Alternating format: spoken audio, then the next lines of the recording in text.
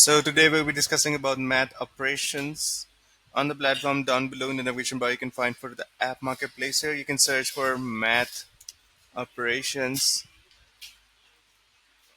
Install it first. It's up to you. You want to install it on any of your specific sub account. You can choose multiple sub accounts. You can choose them all. It's up to you. So let's just choose location one for setting an example for the moment. Continue with that. Allow and install. As you can see, it has been successfully installed now. Now moving forward towards the agency level. The loading takes a while, so that's why we will be discussing the next step, that is choosing the sub account on which we have installed mass operation. Here we are. You can see, choose the sub account.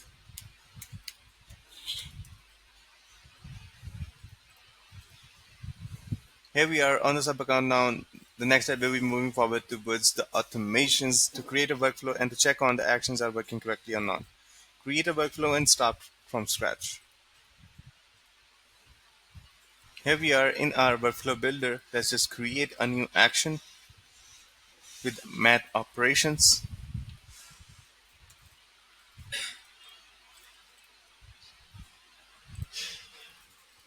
These are the actions provided by math operations: divide number, multiply, subtract, and add numbers. Let's just add two numbers.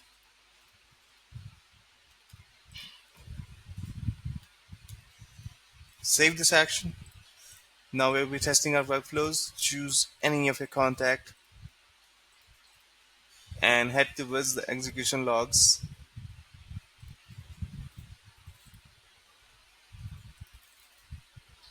As you can see, the action has been executed successfully now. It is that simpler and easier. Follow the steps. Hope you like it. Thank you so much.